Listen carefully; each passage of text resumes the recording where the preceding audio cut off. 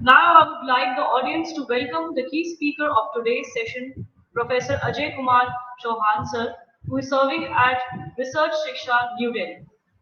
Dr. Chauhan is working as an independent consultant of quantitative methods.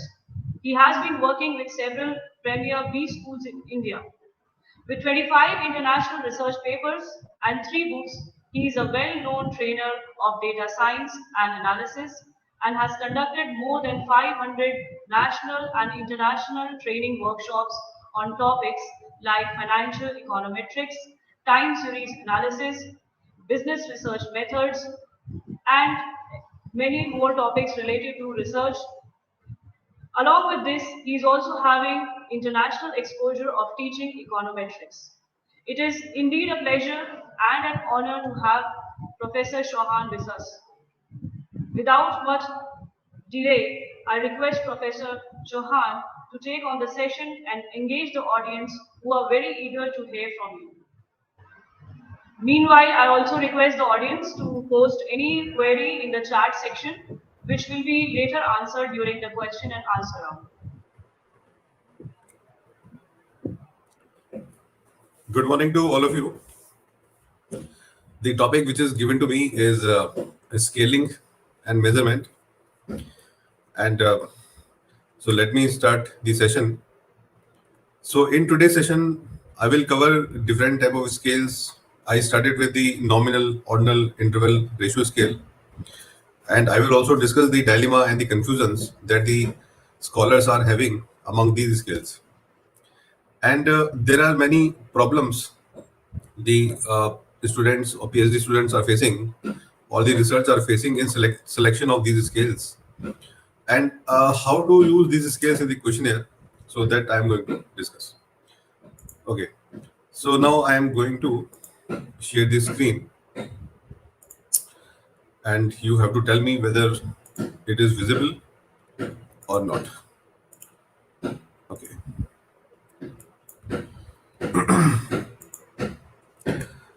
I hope you can see the screen. Yes, sir. Basically, there are two things which is in the background. One is the data, and second is the variable. So, what is the data and what is the variable? So, story starts from the type of data and the type of variables.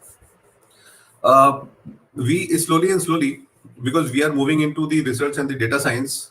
So now the data science is talking about two type of data set.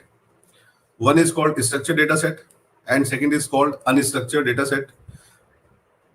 Today, we will focus on more on the structured data set. A structured data set which we collect, which is collected with the help of a questionnaire or the collected from the secondary sources. So that data is known as structured data. And nowadays, the usage of text, pictures, songs, videos is also moving up. So this is we put in the unstructured data format. Okay, now if we talk about the structured data, so we have different differentiation of the data set, like cross-section data, time series data, panel data, high frequency data. And these are the different formats of the data, and these data divided on the different parameters. And we have qualitative data, metadata, big data, primary data, secondary data. So these are the different type of data set that we are using in the research and data science. And among all these types, the focus today is on primary data and quantitative data and structured data. So we are going to discuss the primary data, which is quantitative in nature, and it is available in the structured format. Uh, so this data, which is a primary data and collected with the help of questionnaire, and we put into the category of the structured quantitative data. So we divide this data into basically 5 categories, or even a string we don't count in this. So the basic type of data is nominal data, ordinal data, interval data, and ratio data. So majorly my session covers these 4 aspects. So I repeat, so the scales we divided into 4 types. The scale means how we collect the data. Scaling simply means how we collect the data. the nominal data or nominal scale, you can also say this, ordinal data, interval data, and ratio data. I call it data because we are collecting the data. These are only the formats of data set. And we divide the four scales into two categories. So numeric data, you can see numeric data is divided into non-metric and metric. And in non-metric, we divide two categories of data set. One is called nominal scale data, and second is ordinal scale data. And on the other side, we are having the metric data. In metric data, we include interval scale and the ratio scale. So these are the different types of quantitative data set. And what is the difference between non-metric data and metric data? So we are going to discuss. And one thing I want to tell you before that, there are two or three types of the operators. The first type of operators is known as logical operators. And if I remind you, we include greater than, less than, and equal to in logical operators. And after the logical operators, we are having the arithmetic operators. The arithmetic operators are plus, minus, multiply, divide. So if we differentiate this type of data on the basis of logical operators and the arithmetic operators, so the basic difference between these two types, non-metric and metric, is non-metric data you can apply only the logical operators. You are not allowed to apply the arithmetic operators. Only non-metric operators can be applied on non-metric data. However, in case of metric data, you can also apply the arithmetic operators like plus, minus, multiply, divide. So that's why even non-metric data, you can apply both. Logical operators you can apply, as well as arithmetic operators you can apply. So this data, metric data, is higher level data, and non-metric data is basically inferior data or low level data. Like you can see that in a non-metric data, this is nominal data and ordinal data. So this data is a lower level data. Why it is a lower level data? Because we can apply only the logical operators on this data set. We are not allowed to apply the arithmetic operators on this data set. So we include nominal scale or nominal data and ordinal data into this non-metric data. And in some books, it is also mentioned that it is qualitative in nature. And it is mostly used in non-parametric statistics. However, the metric data is a higher level data. It includes interval data and the ratio data. And it is purely quantitative in nature and can be used in parametric studies. Okay, so this is the scales. These are the four scales that we collected the data. Now let's move to the first type of data. This is first type of scale. So scales and data we use interchangeably. Nominal scale data. Sometimes we collect the data of the demographics, like for example, male and female. Or I am asking you that do you have a house? If yes, no, it is also a nominal scale. Then I can also ask that whether you have your own house, or you take the house on rent, or you are living in free. So this is also a category, right? This is also a category. The income group is a category. The age group is a category. Married and unmarried is a category. So we use these demographic profiles normally in the questionnaire, and we define this data as nominal scale data. So point number one is that we represent the categories such as male, female, married and unmarried in this category of data. And normally we represent this male and female by the numbers. So let's say male equal to 2, female equal to 1, or male equal to 1 or female equal to 2, or married 2, unmarried 1, or married 1, unmarried 2, like that. So here the numbers only represent the categories. The numbers which you are using only represent the category. Like for example, if you represent male equal to 1, female equal to 2, so 1 and 2 only represents the categories. And in this case, I'm just asking, can you say if male equal to 1, female equal to 2, can you say 1 is less than 2, or 1 plus 2 is equal to 3, or 2 minus 1 is equal to 1? Or in all the cases, your answer is no. We cannot say that 1 is greater than 2. You cannot say the male is less than female. Why? Because 1 and 2 are just representing the categories. So 1 is representing the male and 2 is representing the female. So they are just representing the categories. So the question is that, can we apply any of the mathematical operation on this data set? The answer is no. No mathematical operator is applicable for this data, neither the logical operators nor the arithmetic operators. So in nominal scale data, we use the numbers to represent the categories, and we cannot apply any of the mathematics on this data set. So this is one of the major property of nominal scale data set, that mathematical operators is not applicable. So why this property is important? Because I am saying that once I was sitting in a faculty interview, and one of the faculty was giving presentation to all the other faculty members.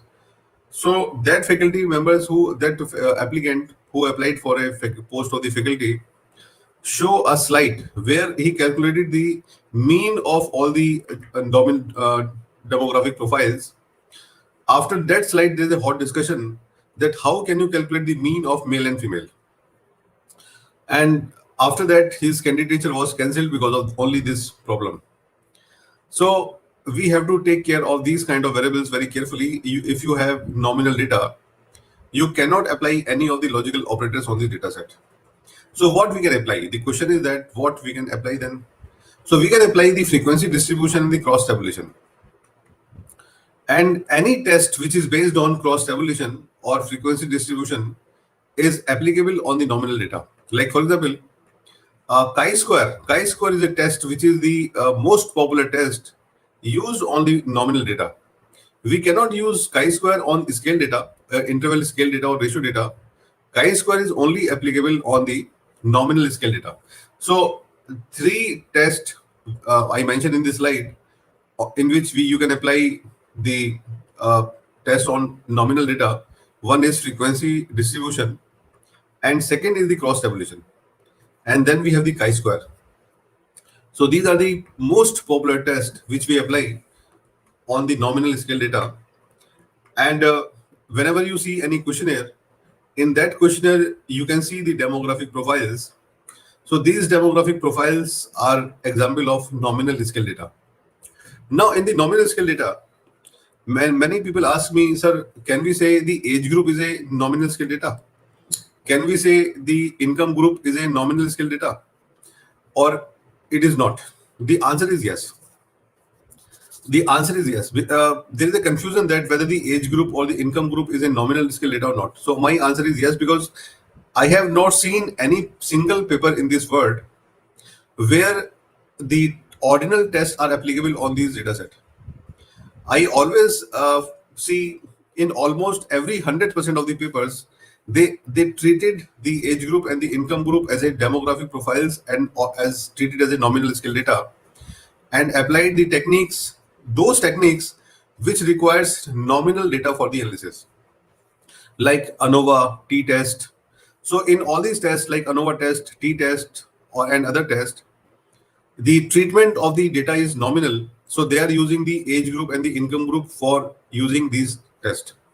So don't confuse on the some variables that whether they are nominal or interval or null. So my first scale is nominal scale data. Now in second scale, the second scale, which is also known as comparative scale, this is called ordinal scale. In ordinal scale, we can compare. Like you can see the chilies here, and I can ask you that which is more dangerous, or which is more hot, more hotter, or hottest, like this. And normally when we compare the movies, we compare that this heroine is more beautiful than other heroine. This hero is more handsome than other hero. This car is more attractive as compared to other car. So you compare basically. So in many cases, we used to compare. Like when you apply for a test like NEET test or other test, competition test, normally they ask you that which is your most preferred college, second preference, third preference, fourth preference, and like that. So you are telling that this is my first preference. I like this college. I put this college in the first preference. The second preference, it means I put the college in the second preference, like that. So now you are comparing.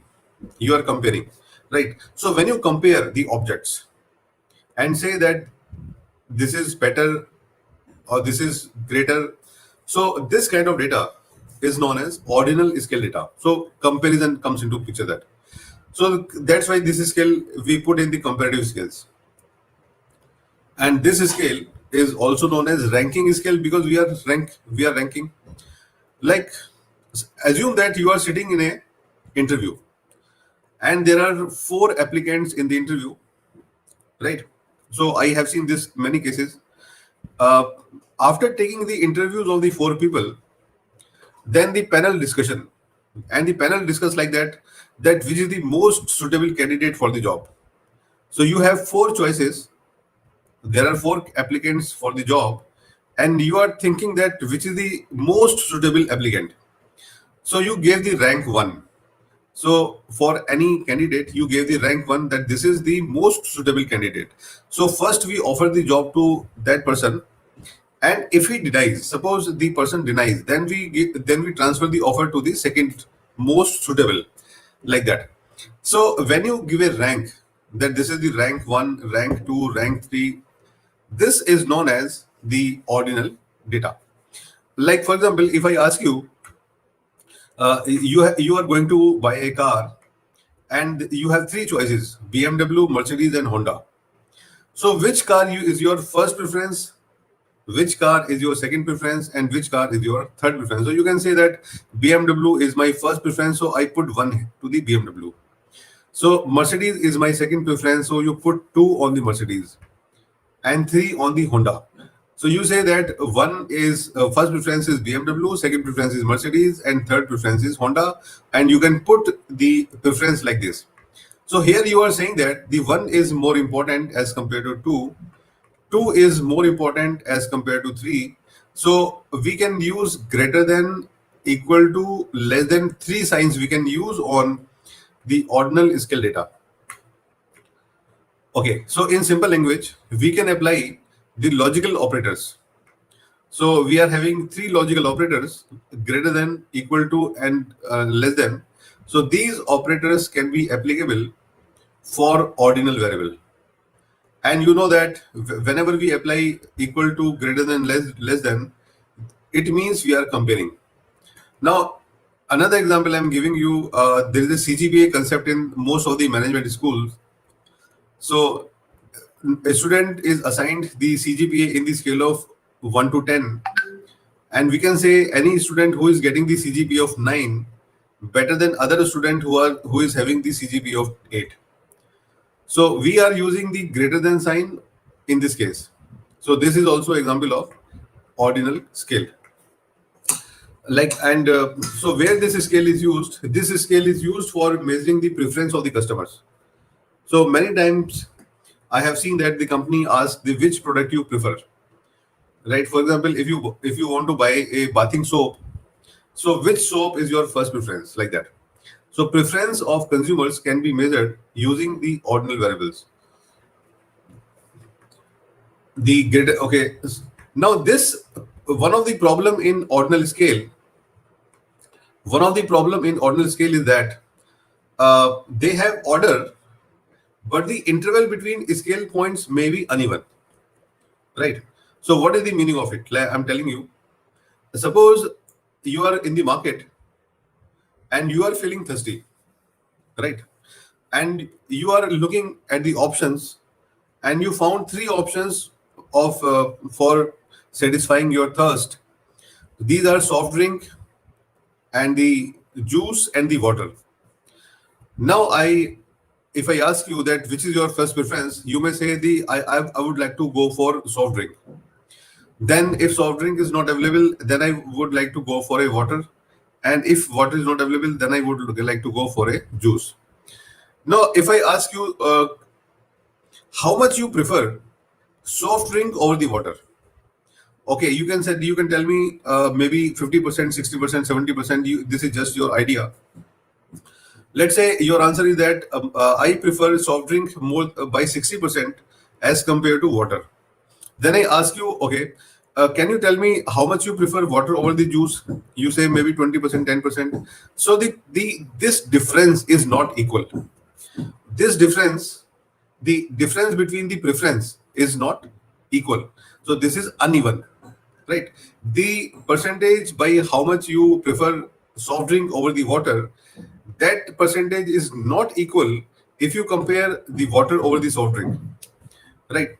So, and there is a concept in the management. This concept is known as cardinal utility. Cardinal utility. Cardinal utility is actually based on this concept. So there are two types of utility. One is the marginal utility and second is the cardinal utility. Marginal utility means if you consume one more product. So what is the increase or decrease in the satisfaction level? So that is called marginal. But cardinal means when you compare two products, when you compare two choices or three choices.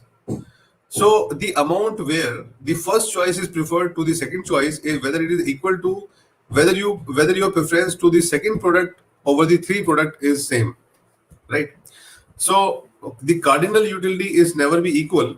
We always know that. So this concept we used in many cases, and there are some techniques like conjoint analysis and the rank correlation. So all these tests are based on the ordinal scale data. So this is the fourth line is the most important line in ordinal scale. This scale is having the order, but the interval between the scale points may be uneven, right? You may prefer BMW over the Mercedes, right? And you prefer Mercedes over the Honda, but this preference is different. Because of the lack of equal distances, this is because of the problem of equal distances, the arithmetic operators are impossible to use. Because of this reason that the ranks are different, we cannot apply the arithmetic operators on this kind of data set, right? Only the logical operators can be performed on the ordinal data. So this point is very important point with respect to ordinal scale data. And earlier I also told you that this we include in the comparative scale. Okay, because we can compare the two objects. One example is that the first division, we can say the first division is better than the second division. Upper class is more rich than middle class, like that. So when you have the preference, then you can say this is the ordinal data. And normally in most of the cases, I found that this is used for analyzing the choice of the customer towards the different products. Then after the ordinal data, then we are having the interval scale data. The interval scale means it is a rating scale, and the problem that the has order, but the interval between scale point may be uneven. So when you remove un, or it means they have order, and the interval between scale points is also even, then this is called interval scale data. So this interval scale is also known as rating scale, and the most popular usage of this scale is to measure the attitude of a respondent. So when we want to measure the attitude of a respondent, we use the interval scale. In an interval scale, we have the choice like, so you can see that there are 6 buttons and you can click on any button. And if you click on this button, it means you are strongly disagree with this statement. Like if you just read, I enjoy using this product. So we are measuring your attitude, whether you are enjoying the product or not. You may be strongly disagree with that. You may be agree with that, neutral, agree, strongly agree, or if you don't know the product, you can say, I have not used the product. Now in this scale, the difference between these 5 points are equal. So strongly agree is represented by 1, 2, 3, 4, and 5. So 1 is representing the strongly, like you can see here. My office boss always motivate me. So I want to know whether your boss is motivating you or not. So I give a simple statement, and you may be strongly disagree with this statement, or you may be strongly agree with this statement. Strongly agree. This is a rule that the most negative sentence should be assigned 1, and the most positive statement should be assigned 5. So this is the practice that we do in quoting the interval scale. So this scale is known as rating scale, and this scale is used to measure the attitude of a respondent. Now, what is the problem with this scale? So this point which I'm going to tell you is the most important point. When you use a 5-point scale or 7-point scale or 9-point scale, the problem is that this scale, most of the cases started with 1. We are not having any 0 on this scale. So 0 point on this interval scale is just an imaginary concept. It is an arbitrary 0, or it is an imaginary 0. It is not the true 0, right? Because 0 is not available in this scale. So we cannot use 0 in most of the cases. We cannot use 0. Like for example, if you've seen any feedback form, I hope you can fill many feedback forms. Have you seen any feedback form which is started from 0? Even if you are strongly disagree, even if you are not totally any satisfied, you are not satisfied with the product, you are not satisfied with the teacher, you are not allowed to give 0. You can remember any questionnaire or any feedback form should not start with 0. And if you have seen this, it means the scale is wrong. So one of the important point with this scale is that 0 is imaginary 0, not the true 0. And because of this problem, we cannot divide two numbers. You can apply plus, minus, multiply, but you cannot divide directly. You can say 1 plus 2 is equal to 3, yes. 2 minus 1 is equal to 1, yes. 1 multiplied by 2, yes. But you cannot say 1 divided by 2. So normally directly division is not possible, but indirectly you can also do that. So there is a confusion in the interval scale, that whether the scale is interval and ordinal. I'm telling you, if I cut down this 4 and 5, or if I use 2, 3, and 4, let's say 2, if 1 is disagree, 2 neither disagree nor disagree, or 3 is agree, can we say this scale is a interval scale? Answer is no. At least 5 options should be there in the interval scale. If you have seen a 3-point interval scale or 4-point interval scale, actually these are not interval scale, they are ordinal scale. So that comes into for the comparison, right? The answer is, one of the reason of that is this: when we go for a ordinal scale and the nominal scale, they are never found to be normally distributed. The ordinal scale and the interval scale, they never have the normal distribution, and actually we don't even check the distribution of the scale, right? So one of the requirement for a interval scale is that the responses received against the interval scale should be normally distributed. So this is one of the hidden requirement in the research paper or a PhD. that if you want to apply any of the parametric test, then this scale should have normal distribution. Okay.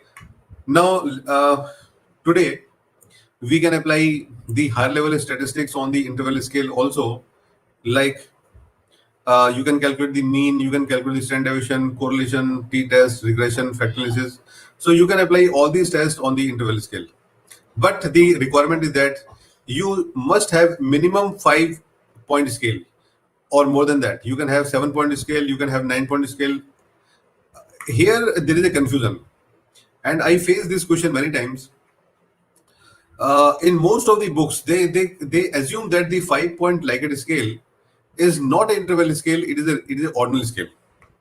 So I faced this question many times, and I even asked this question to other people many times. So whether the 5-point scale is a interval scale or a ordinal scale, the problem is that in most of the statistic books, it is they assume is at a ordinal scale. So if then I asked one of the this question to one of the international researchers. So he told me, if we assume that the 5-point Likert scale is a ordinal scale, it means all research papers, all PhD, 90% of the research papers and 90% of the PhD are fraud, right? Because they are applying all the higher level statistics, parametric statistics on the 5-point scale. They are applying the structural equation modeling, they are applying the factor analysis. Even on the 5-point scale, the moment we assume this is a 5-point scale as a ordinal scale, it means 90% of the research paper in the world is fraud. So don't worry about that. 5-point scale we strictly consider as an interval scale, even if it is written in many books that it is an ordinal scale. Okay. Now the fourth scale that we have is the ratio scale. Ratio scale, the difference between the ratio scale and the interval scale is 0. So this scale is having actual 0 and the meaningful 0 point. Like for example, is it possible that weight is 0? Answer is yes. Is it possible that age is 0? Answer is yes. Is it possible that income is 0? Yes. So when you have actual 0, when you have the actual 0 in the scale, this is known as ratio scale. So in ratio scale, the ratio of 2 observation is meaningful. The ratio of 2 observation is not meaningful in the interval scale, but ratio of 2 observations is meaningful in this scale. And it is the highest level scale and the most informative scale that we have in the data, in the research. So ratio scale, I have other definitions of the ratio scale also, like any variable which is having the predefined unit. Like for example, we measure age in years, we measure weight in pounds, we measure, right, like we measure price in rupees. So those variables which are having the well-defined units, we put these ratio, we put this scale into the ratio scale. So we are having the ratio scale, and now I think you are clear on the four type of scales. So what is the meaning of these scales? Now I'm telling you how we can use these scales. Okay, so constructs I am not discussing yet. So let me go directly to the questionnaire design. So how we measure these kind of scales? So first is the nominal scale, and normally this is the design of a questionnaire that we are measuring the different demographic profiles, like in which age group you fall, which is your age group, like whether you are male or a female, what is the education level, what is the occupation, what is the food habit, annual income.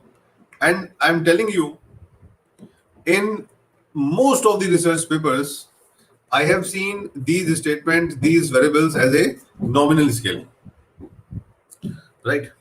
So all these variables are measured on the nominal scale, and we assign 1 to the lower category, like we assign 18 to 25 years as 1, 2, 3, 4, 1, 2, 1, 2, 3, 4, 1, 2, 3, 4, 1, 2, 1, 2, 3, like that.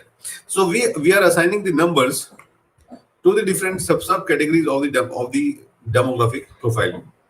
So we put this variable into the nominal scale. Okay. Now in the questionnaire, we are having also two type of responses: open-ended responses and closed-ended responses.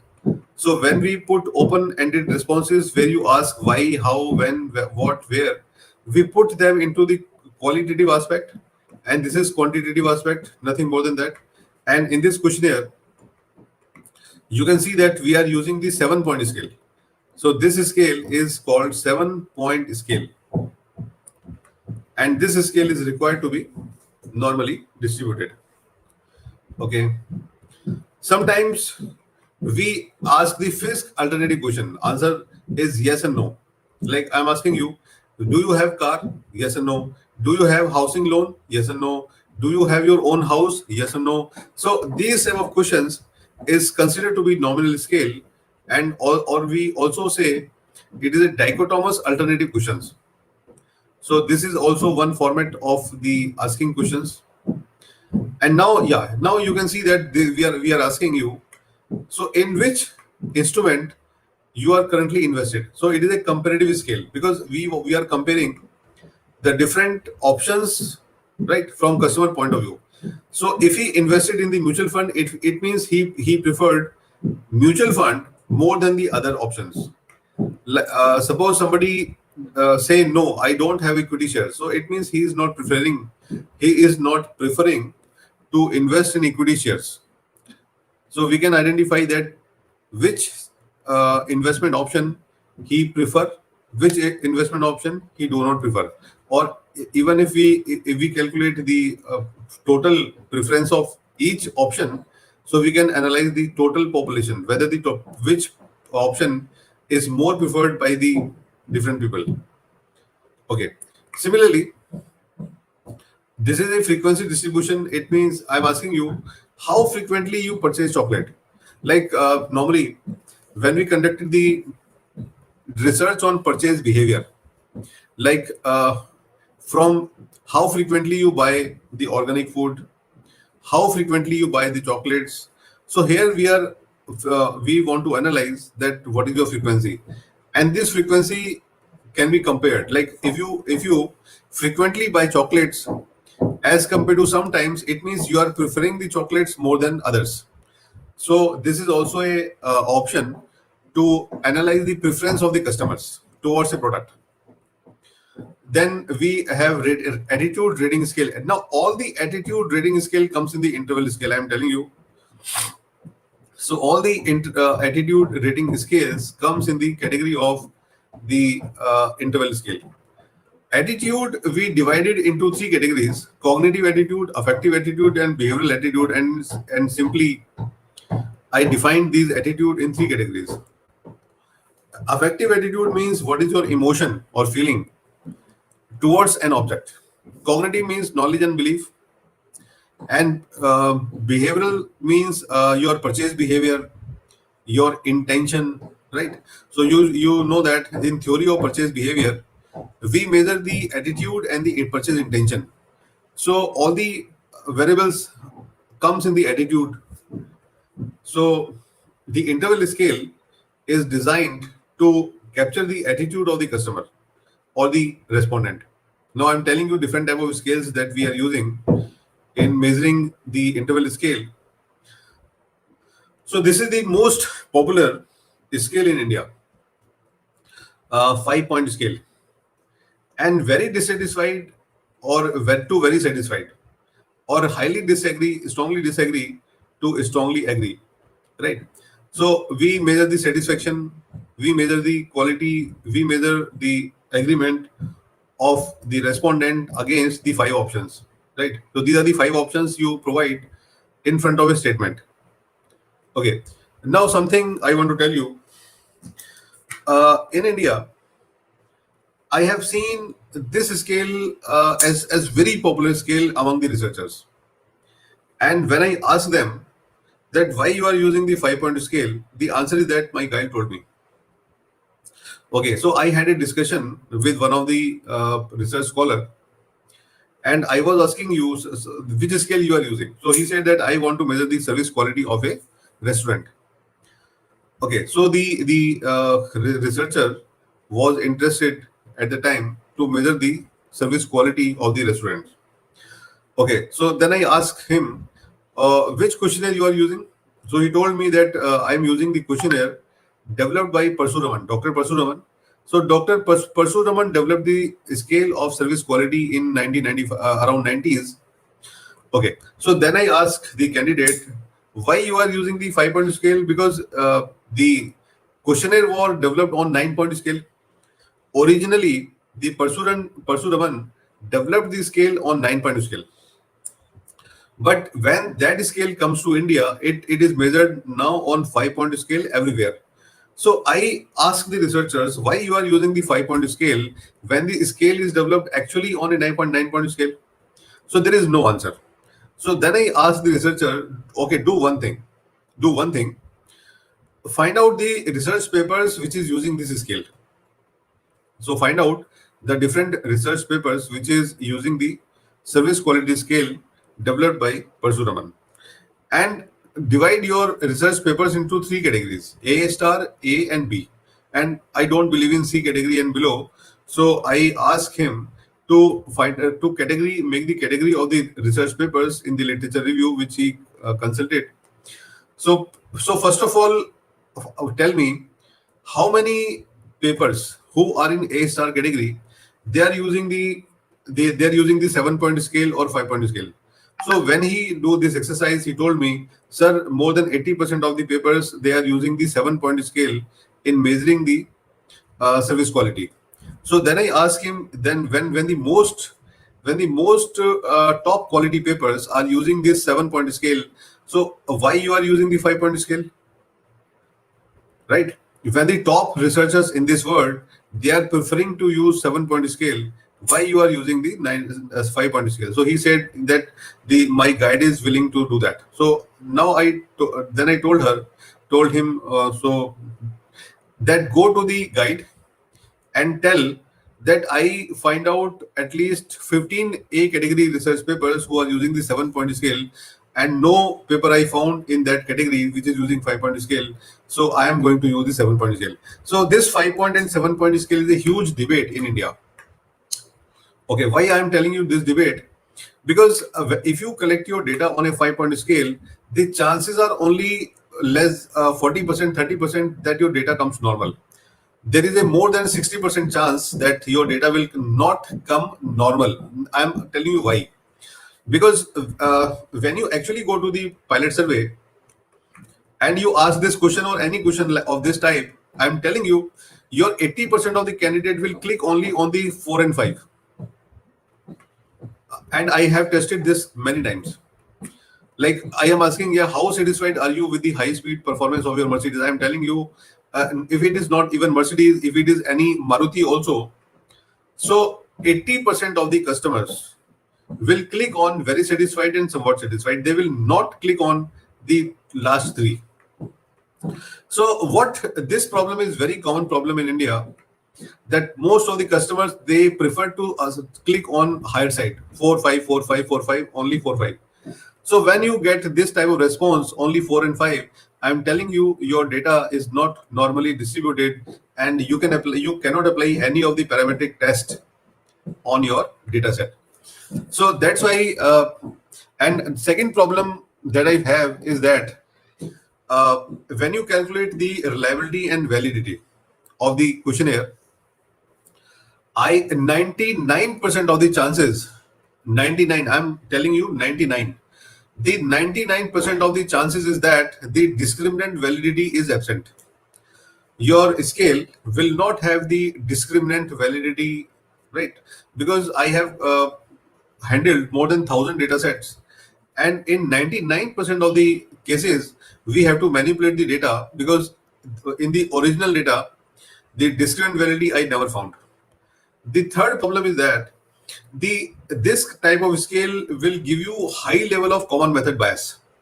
So there is a problem. This problem is known as common method bias. So 5-point scale is the scale which gives you the maximum problem of the common method bias, right? So because of this high level of common method bias, you will face a lot of difficulty in correcting that. So that is another problem. And the reliability of this scale is always found to be more than 0.9.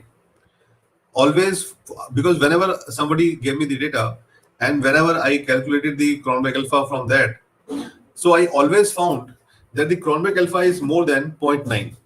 And I'm telling you, whenever the Cronbach alpha is found to be more than 0.9, this is the case of a redundancy. Redundancy. It means your responses are redundant, right? So that the different problems I found with the only positive I found in 5-point scale is that because everybody has seen 5-point scale in his life, so giving the answer is easy. So consistency is very high in 5-point scale. Now we are having some other scales. This is a simple scale. This is also a simple 5-point scale. Now this is a semantic differential rating scale.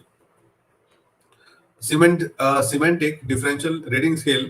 In this case, we are not giving any number. You can see that we are not giving any number. We just put two extreme cases like crispy, chewy, tasty, okay, hard, soft, ugly, beautiful. So you give the extremely dissatisfied, extremely satisfied. So we only give two extremes like hard and soft, and these dashes, you can see they are calculated dashes, counted dashes. So normally we put 20 dashes between the word, right? And we are not giving any number. We are just saying that tell me how much you are satisfied with the product, highly dissatisfied or satisfied, and let the respondent click on any side. And whenever he click, so some dash will crossed. Like here you can see that this dash is crossed when I calculated the when he click the response, and after that we can convert this click into a number. So basically this is 17th, right? If this is 20, assuming that the line is 20, maybe more than 20, I don't know, but if I calculate this is 20, then this is the 17th, right? So in this way I can convert this 17 into 10-point scale or a 5-point scale, or any scale I can convert this response.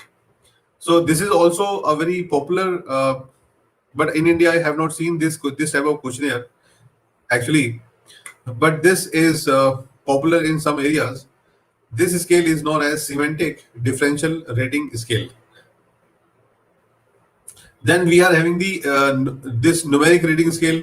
The only difference between the semantic differential rating scale and the numerical rating scale is that we also give number to the dashes, right?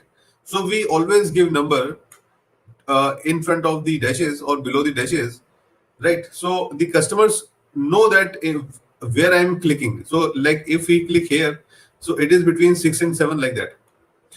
So you can find out the numbers as well as the dashes between the two extreme, positive extreme and the negative extreme.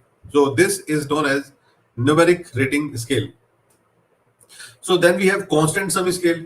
Like this is a comparative scale, and I am asking you, suppose I give you 1 lakh rupees, so where you want to invest? So suppose I'm asking you, if I give you 1 lakh rupees, so where you want to invest? Where you want to invest? So you can say that 50,000 I will invest in the share market, or this much I invest in gold. So by this I can tell you, I can identify that where where the person is preferring to invest. So I can identify the preference, and preference means ordinal. Preference means ordinal. Like for example, I am asking here, suppose the photography budget per professor was $100 per month. How would you allocate to the following? Divide the $100 according to your preference. So photocopying for student need, photocopying for research need, photocopying for committee need. So I can identify that where he is more spending the amount. So, and the total of these three should be 100. So this is called constant sum scale. Then we have stable scale, quite interesting scale. And this stable scale, we divide the numbers into positive and negative both, but we are not having any zero. You can see either we are having the positive number or we are having the negative numbers. So positive numbers means when I feel there is a possibility of getting the so when there is a possibility of negative response, so I want to know whether the candidate or whether the student is positive and negative about the topic or about the choice. Then you can use the stability scale. Sometimes the negative responses are more important as compared to positive responses. So then you can use this stability scale. So when the person is clicking on the positive side, it means he is having the positive attitude with the choice. And if the person is clicking on the negative side, so it means the attitude is negative toward the choice. So when you have the chances of getting the response on the positive side as well as negative side, so you can also use that kind of scale. This scale is known as stable scale. Okay, so then we have this graphic rating scale. Graphic rating scale, actually this scale is popular if you are not aware about the language. Suppose you go to the Europe and somebody asks you any question in Germany or German language or any French language, so you may not answer, right?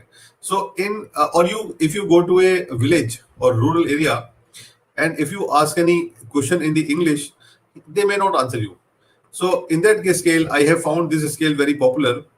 And if you go to a mall, and you can see these scales very popularly used by the malls, right? You have to you can see all these three buttons, and you have to click on the any of the button. So we want to know whether you are happy. This is happy, neutral, or sad. Happy, neutral, or sad. So these are the three options we can see. So these scales are known as graphic scale, and the graphic scale is used where there is a language problem, or if you want to capture electronically. So then you can use the graphic scale. Okay. Now, after telling you all these scales, and these are the most popular scales which we use in the research. Other scales I have not seen in the research because I'm a practitioner, so I can't discuss on that. These are the most popular scale I found in the research. Other than this scale, I have never found any other scale. So I included this. Now, after this, how to do? Let me give you. Um,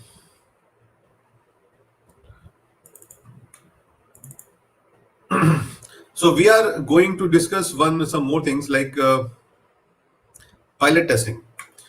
So when you design the scale, after designing the scale, you have to examine the questionnaire, right? So when you go to the questionnaire designing or for a pilot survey, so what you exactly have supposed to do? In India, I found that the pilot testing of the questionnaire is highly confused. Teachers don't know about the pilot testing. Students don't know what we are supposed to do in pilot testing. And whenever somebody asks me, sir, I want to do a pilot testing, please help me.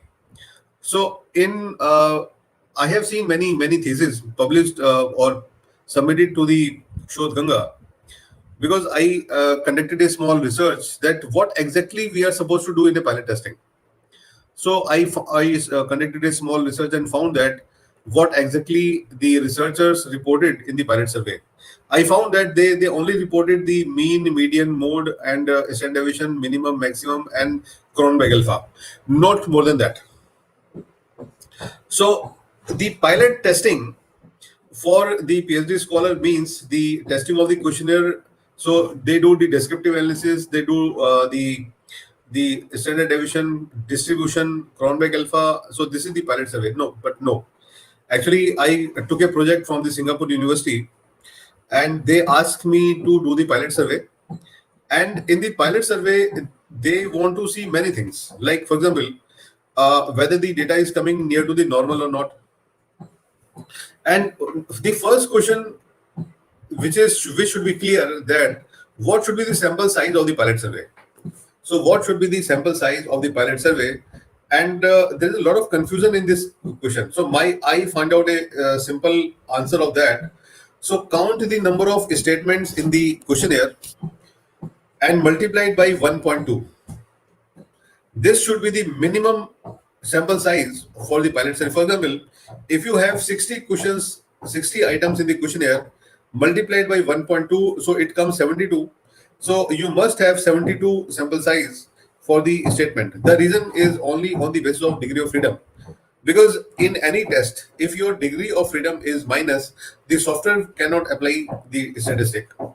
So these are the issues that we have to find out in the pilot survey. For example, whether your data is coming normal or not. Second, whether the language is properly mentioned in the questionnaire or not. So we have to find out, because in some cases I found that the respondent do not understand the English. So it is very difficult to find out what is asked in the questionnaire. So language we have to check. So we try to keep it as simple as possible. And we also have to find out, is there any requirement of dropping the statement or not? Like I'm giving you one example. So we were studying the employee welfare schemes launched by the banks in India. And there is one provision of having the kid facility, child care facilities. Most of the manufacturing sectors, they provided this facility to the employees. But when I conducted the pilot survey, we found that not a single bank provided this facility to their employees. So we dropped that statement. So sometimes we found a statement which is not practically possible, which is practically imaginary. So we drop that statement. So, and sometimes we drop the statement on the basis of the mean, on the basis of the reliability. So we have to find out whether the statement is a relevant statement or not a relevant statement. So the dropping a statement is one of the objective of using this pilot survey. Duplicacy, I found a lot of duplicacy in the statements.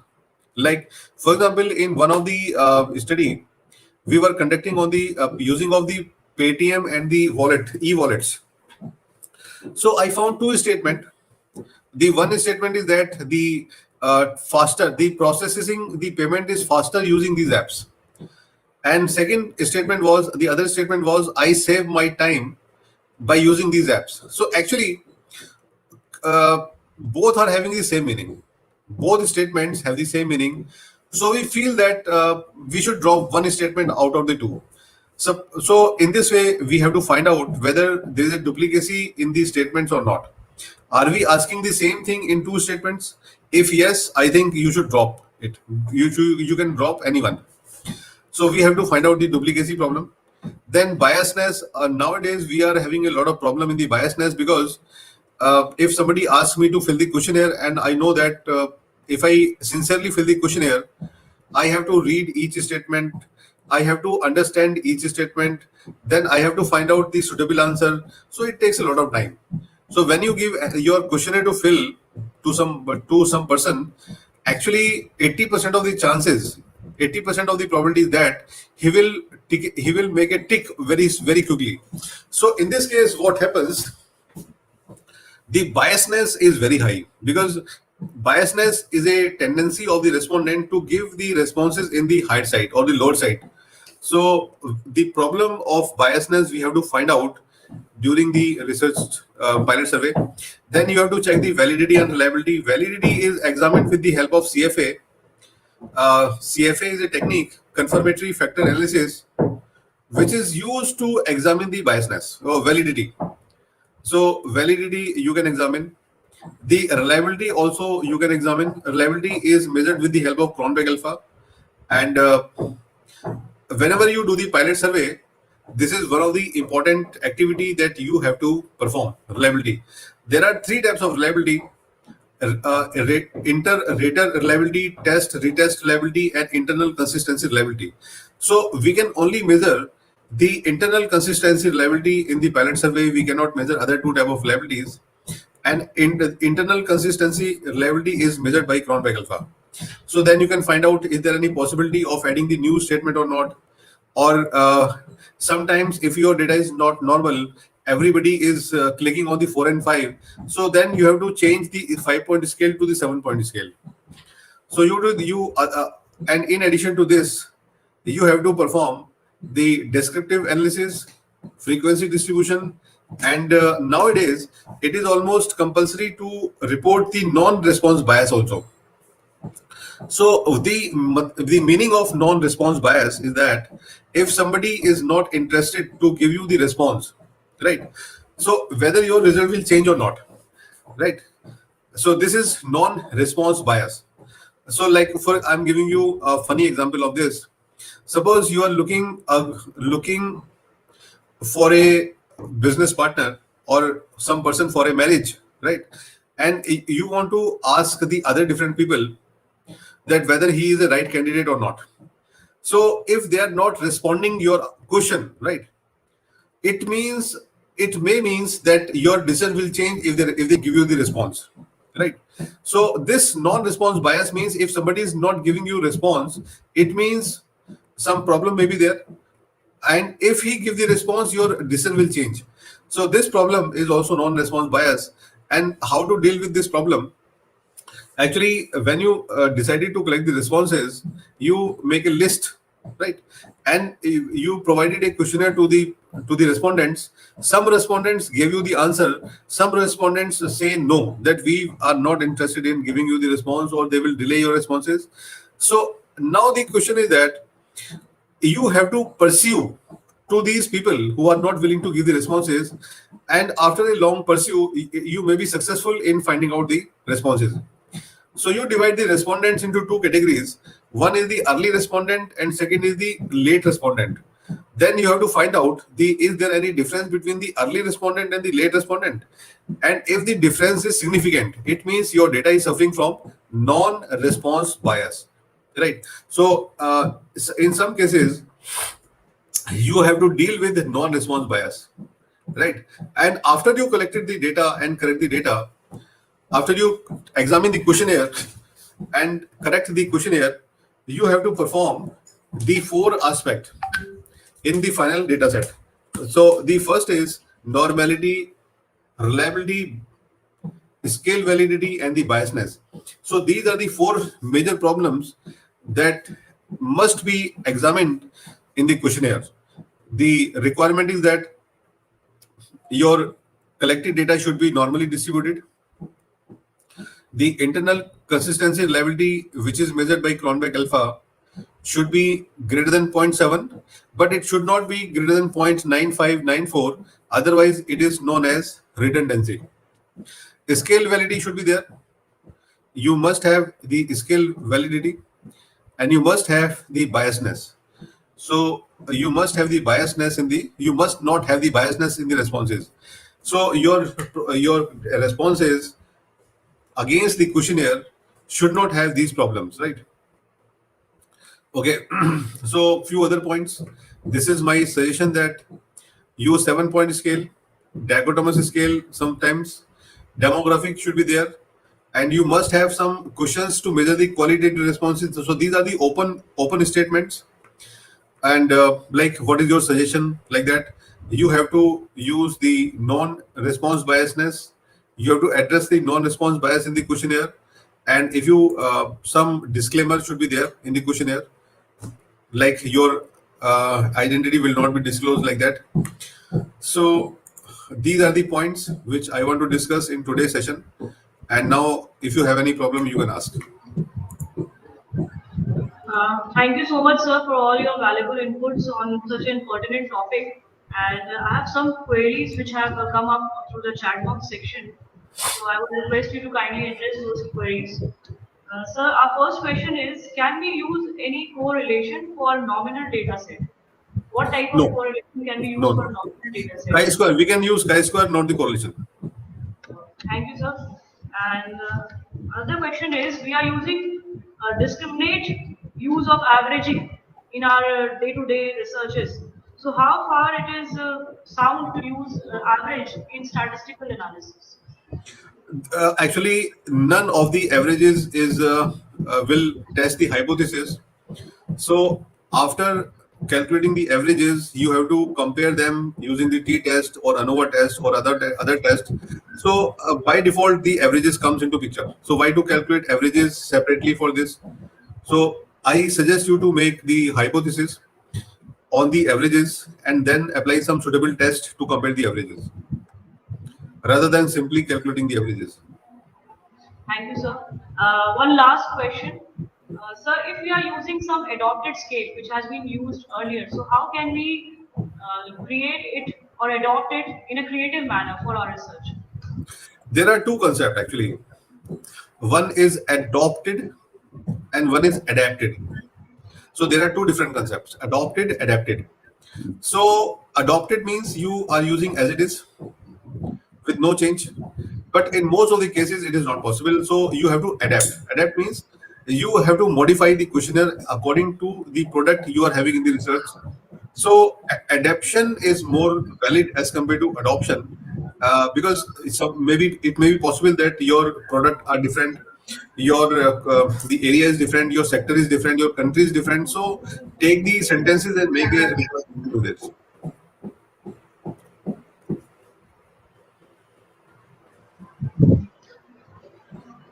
Okay, Yeah. sir. Thank you. There is one more question that if some previous available questionnaire is under if we adapt a previously used questionnaire, is it plagiarism or can we use it in some manner? Actually, anybody who is asking this question, he is not having any experience in the research. Yeah, I also feel this. Yeah, because the whenever you develop a scale, you have to use the keywords used by others. Only thing is that you can only change the language, right? And you have to tell the because in almost every paper they are using the keywords used by other people, and language may be different, and they are quoting that I take this keyword from this paper, so it is not flag. Yeah. Thank you, sir. So I think we have entertained all the queries, and with this we come to the end of the sixth day of this 2-week quality improvement program. Today's session has been one of the most enlightening and appropriate. And thank you so much, sir, for entertaining all the queries which have come up from very new and existing academicians and researchers. So, on behalf of the organizing committee, I take this opportunity to acknowledge the efforts of all the parties who have contributed to the smooth and successful conduct of this session today. On behalf of Department of Commerce and Business Management, Integral University, I would like to extend heartiest word of thanks to our Chancellor and Founder, Professor Syed Wasim Akhtar sir, for allowing and motivating us to do such kind of interactions. A profuse thanks to Professor Nadeem Akhtar sir, Pro-Chancellor, Integral University, for his untiring support and guidance in organizing such programs. I would also like to thank our Chancellor, Vice Chancellor, Professor Javed Musarraf sir, for inspiring us and excelling in all the endeavors we take up here in the department. A heartfelt thanks to our Dean, Professor A.K. Saxena sir, and Head Dr. Syed Shahid Mazhar sir, who believed in me and gave me the opportunity to conduct this session. Most importantly, I would also acknowledge the presence of our esteemed guest, Professor Ajay Kumar Chauhan sir, who has spared his valuable time. This opportunity is indeed an undated response to our, uh, and all credit goes to this person today with us who has encouraged so much in this area of research. Thank you so much, sir, for being with us today. I'm also very grateful to all the faculty members who have directly and indirectly contributed in this quality improvement program. And last but not the least, my best opportunity to please place on record the hearty vote of thanks to the interactive audience, especially our research scholars and the academicians who have joined us today and have made this session very successful. With this, we reach to the end of today's session. I hope everyone have enjoyed and learned from this session. And we shall also meet again on Monday for some more intellectual discussions. Thank you, everyone. Thank you.